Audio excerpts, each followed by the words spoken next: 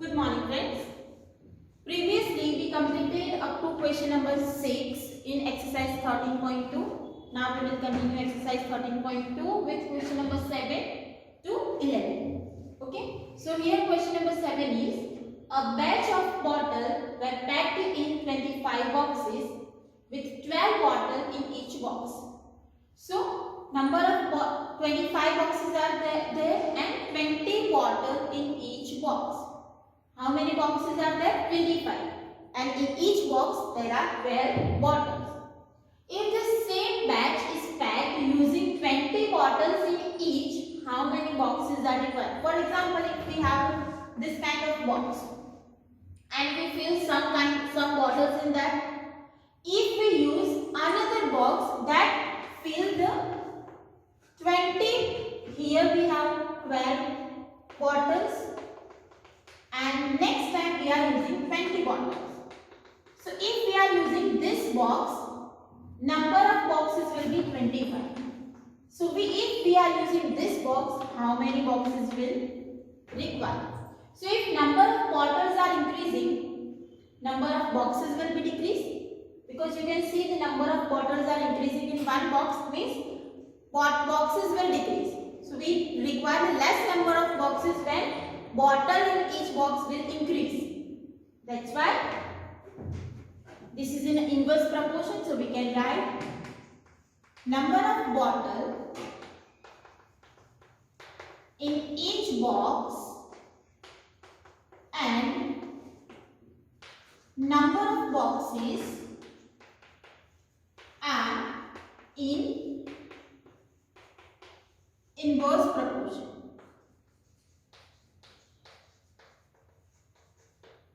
So we can write table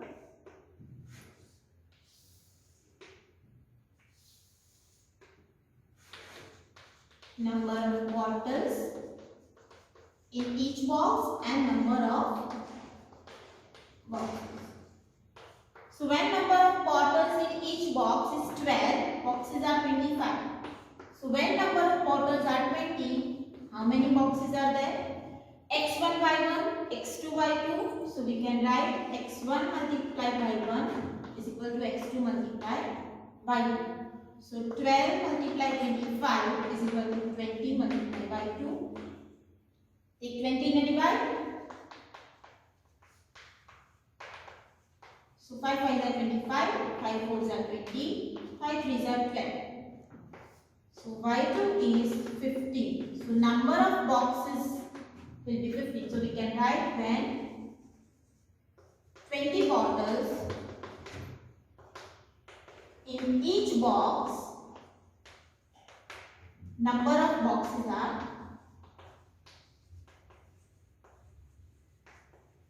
15. Now next one, a factory requires 42 machines to produce a given number of articles in 63 days. How many machines would be required to produce the same number of articles in 54 days? So if the number of machines are 42, number of days to complete an article is 63. If machine is 42, then article days are 63. How many machines would be required to produce the same number of articles in 53 days? So, if the number of machines are increasing, it is same kind of number of workers. If more machines are added, the number of days to complete the job is decreased. So, if machines are increasing, days are decreasing. That's why it is in a inverse proportion. So, we can write number of machines and number of days are in inverse proportion.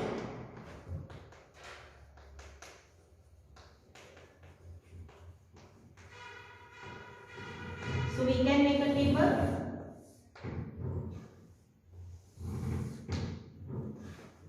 Number of machines to the number of days.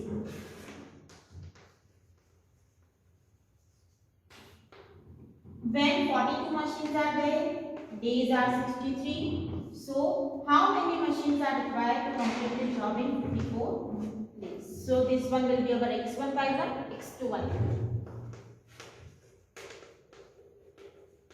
So 42 multiply 63 is equal to x2 multiply 54. Now take 54 and divide.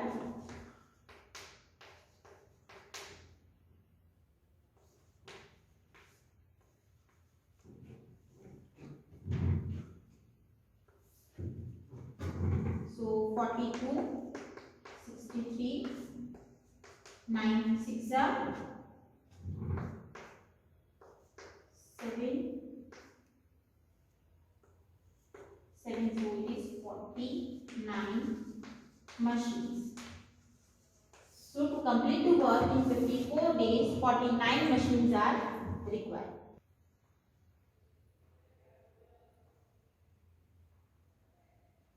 Now next, example 9. A car takes 2 hours to reach a destination by traveling at a speed of 60 km per hour. How long will it take when car travel at a speed of 80 km per hour? So the question is what? When the speed is 60 km per hour, time to complete the distance, time to reach at the destination is 2 hours. So when the speed is 80 km, what is the time? So when speed is increasing, time to reach the destination will decrease. So speed is increased, time to reach the destination is decreased. That's why the speed and time will be in a inverse proportion. So we can write speed and time are in inverse proportion. So we can make a table.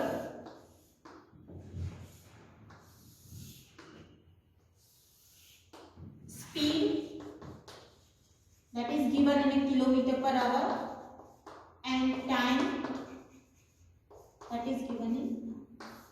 So when speed is 60 km per hour, time is 2 hours. When speed is 80 km per hour, how much time will it take? So x1 y1 is equal to x2 y2. 60 multiplied 2 is equal to 80 multiplied y1. Now take 18 and divide.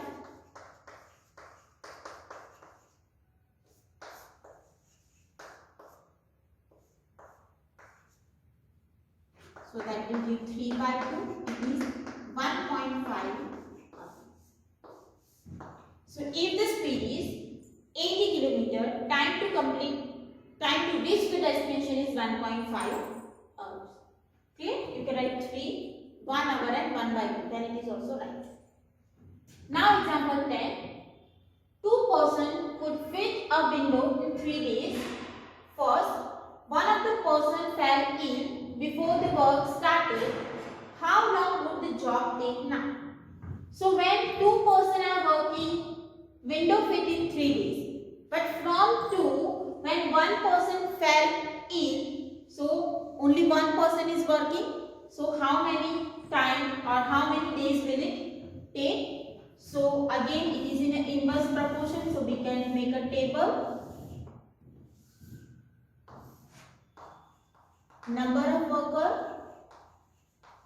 and days.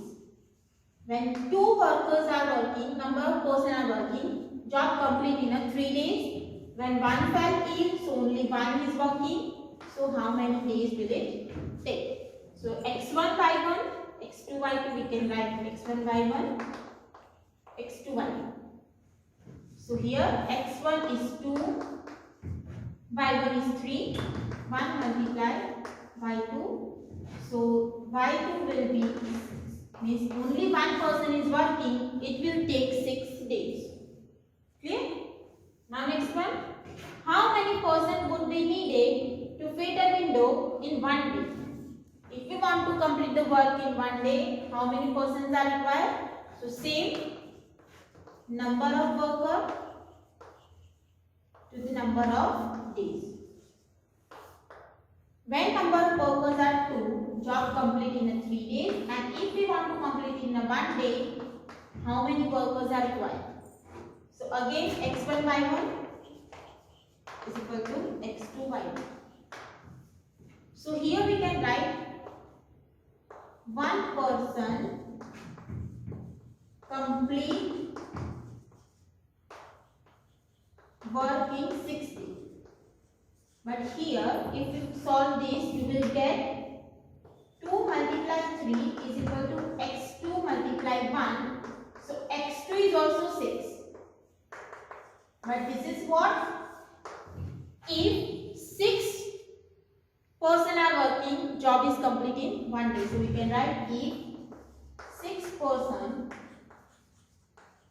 are working,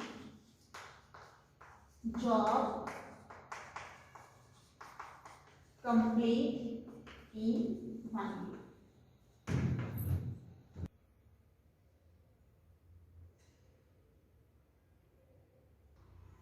Now next example 11. A school has 8 periods on each day of 45 minutes duration. In a school, if each period is of 45 minutes, there are 8 periods in a day. How long would each period be if the school has 9 periods a day, assuming the number of school hours to be same? If there are 8 periods, then time of each period is 45 minutes. But if we increase the number of periods, instead of 8, if there are 9 periods, and if school hour is 6, then time of each period will decrease. So we need to find what is the time period of each period. What is the time for each period? So here we can write number of period and time of each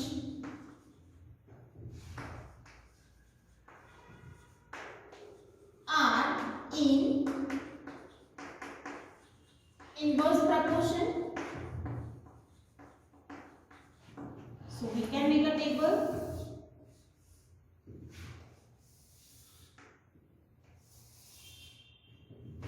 Number of periods and time, that is in a minute.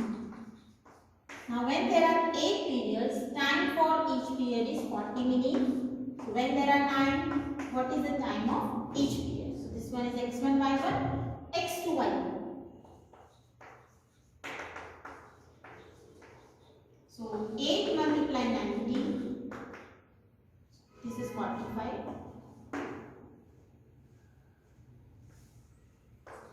When 8 periods are there, each period is of 45 minutes. When there are 9 periods, what is the time of each period? We can write y2 is equal to 8 multiply 45 divided 9. 9 5 is 45. So y2 is equal to 40 minutes. So when there are 9 periods, each period is of 40 minutes. Now here 3 examples are given.